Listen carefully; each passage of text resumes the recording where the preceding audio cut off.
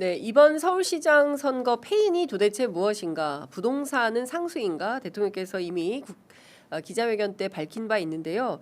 관련해서 어제 한겨레에 아주 굉장히 중요한 리포트가 한 편 나왔습니다. 제가 그걸 보고 급거 섭외를 했는데요. 전 지역에 계셔서 어렵지 않을까 했는데 나와주셨습니다. 경북대 경제통상학부 최한수 교수님 스튜디오에 나와 계십니다. 어서 오십시오. 예, 안녕하세요. 네, 교수님 오랜만에 뵙습니다. 네. 네. 그 사실 저는 정원호 후보가 당선될 줄 알았어요. 네. 여론조사가 그리고 출구조사가 그렇게 나왔기 때문에 그리고 너무나 이슈가 많아서 아마도 이제 그 오세훈 심판론이 상당히 거셀 거다 했는데 웬걸 결과는 뒤집어졌습니다. 네. 교수님께서 어제 굉장히 유의미한 그 칼럼을 한겨레 신문에 써주셨는데요. 이게 부동산 때문이다 이렇게 봐야 되는 거죠?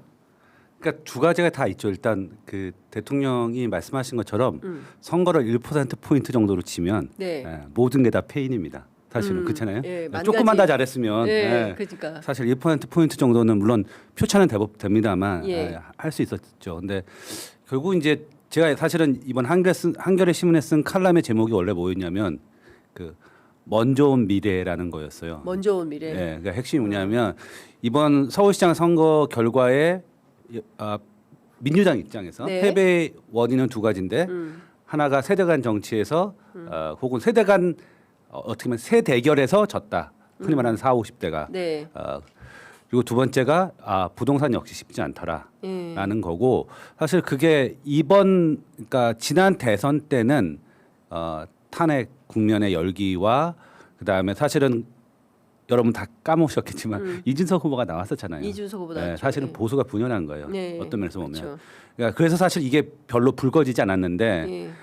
그 이전 특히 서울시 선거를 보면 그러니까 윤석열하고 이재명 대통령이 후보로 붙었던 네.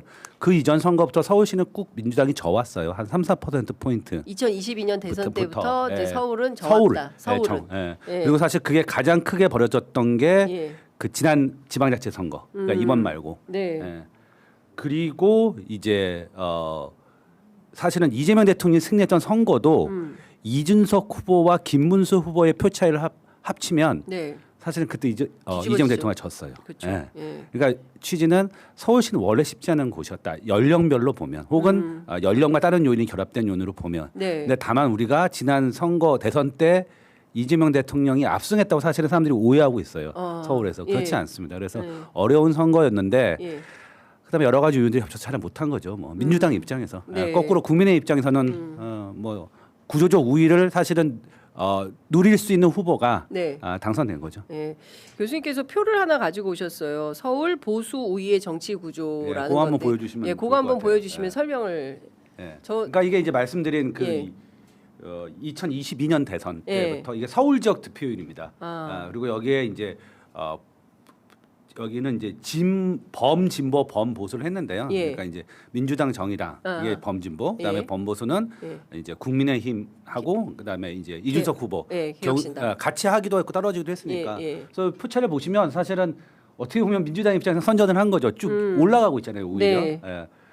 그렇지만 어쨌든 두 가지로 해석이 가능한데 서울이라는 곳은 세대결을 하면 보수와 진보가 사실은 세대결을 붙으면 최근 들어 한 번도 이긴 적이 없다는 거예요, 진보가.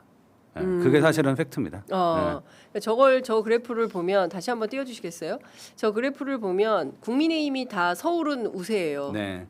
뭐 네. 그 2022년 서울시장 선거에서는 저렇게 큰 폭으로 뒤처지지만 큰 네. 틀에서 보면 그 국민의힘이 우세하는. 그러니까 쭉 이겨왔어요. 저 빨간 게 국민의힘이니까요. 네, 그렇죠. 예, 예. 그러니까 사실상 그 대구 사람들이 서울 사람들 대구 욕하지 마라.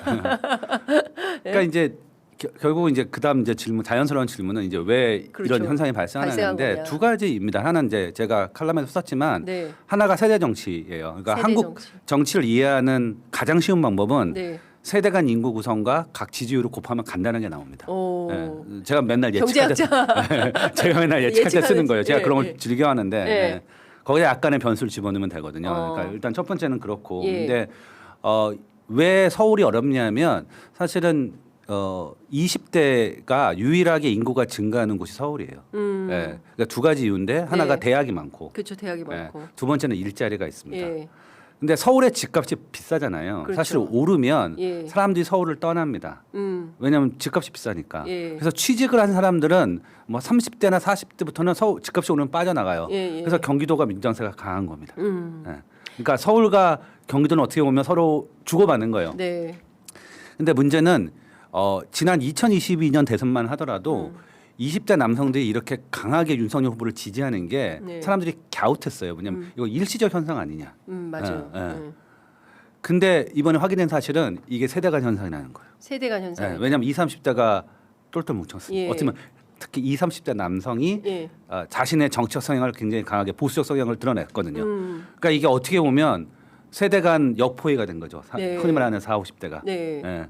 근데 이 인구 구조라는 건 쉽게 안 바뀌어요. 예. 예. 그렇기 때문에 이게 꽤 오래가는 정치적 구조 요인 뭐 이런 거라는 얘기를 하나 드린 거고요. 그래서 먼저 온 미래다. 그러니까 앞으로 서울은 그렇죠. 예. 민주당의 우세 지역이 될 수가 없다. 힘들다. 힘들다. 인구조로 보면 인구 구조와 그다음에 각 세대의 정치적 성향이 고정돼 있다고 가정하면 오늘 이제 중앙일보 일면 머릿 기사 제목이 그 2030 세대가 4050을 심판했다. 뭐 이렇게 아주 그냥 그 그거는 좀 과하신 것 과한 같고요. 것 같- 예. 그거는 뭐 그런 문제는 아닌데, 그러니까 이제 제가 그 칼럼에 썼던 내용 중에 하나가 뭐가 있었냐면 네. 이런 질문을 던지는 학자가 있었어요.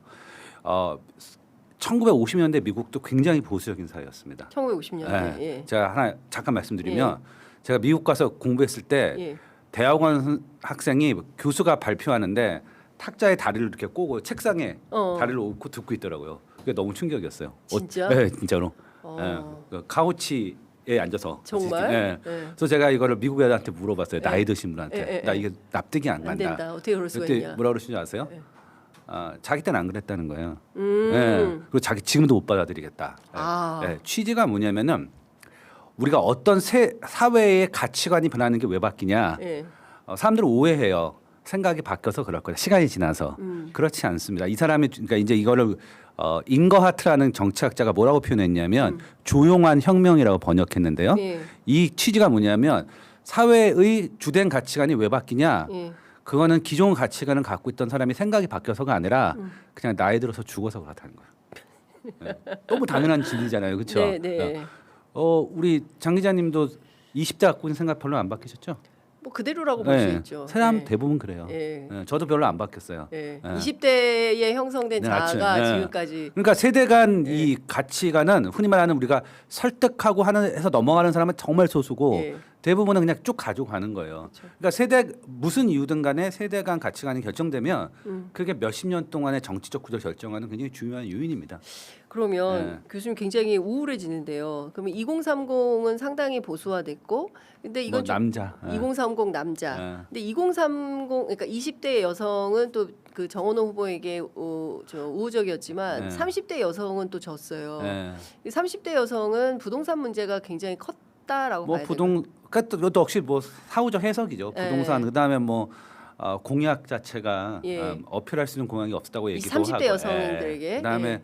또 후보의 경쟁력 차이도 확실히 있었던 것 같고요. 후보의 경쟁력 차이. 경쟁력. 예. 이를테면 어떤 경쟁력이라고? 뭐 해야 되나? 일반적으로 오세훈 후보는 뭐 흔히 말하는 이제 비주얼도 비주얼 잘생겼다. 그다음에 지명도도 높고 예. 뭐 이런 게 복합적이게 그러니까 사실 말씀드렸다시피 예. 지면 모든 게 패배 원인이고 이기면 예. 모든 게 승리 요인입니다. 그래서 그러니까 이제 취지는 이게 100%늘 고정돼 있다는 얘기를 제가 드리는 말씀은 아니고 네. 인구 구조가 이렇게 한번 짜여지면 참 쉽게 안 바뀌고 네. 실제로 사람들이 생각하는 것처럼 서울이 민주당 우위가 아니라고 생각했잖아요. 그러니까 사람들은 수도권은 민주당 그렇죠. 우위라고 생각하잖아요. 예. 네, 네. 근데 실제 보면 아니거든요. 아니다. 그 예. 이유가 뭐냐면 하나의 요인은 세대 간 인구 구조가 바뀌었기 때문이라는 거예요. 제가 드리고 싶은 말씀은 예, 예. 그게 영원히 간다는 건 아닙니다. 예. 하지만 이걸 바꾸기에는 꽤 쉽지 않고 예.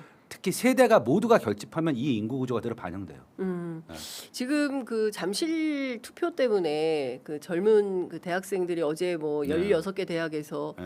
뭐 시국 선언도 네. 하고 뭐 이른바 그 이제 재투표를 요구한 부정선거하고는 선긋기를 네. 하지만 이 학생들의 이런 요구가 이제 공정에서 비롯된 거다. 그리고 이제 4050 세대의 어떤 위선, 뭐 이런 거에 대한 어떤 굉장히 그 들끓는 분노가 있다.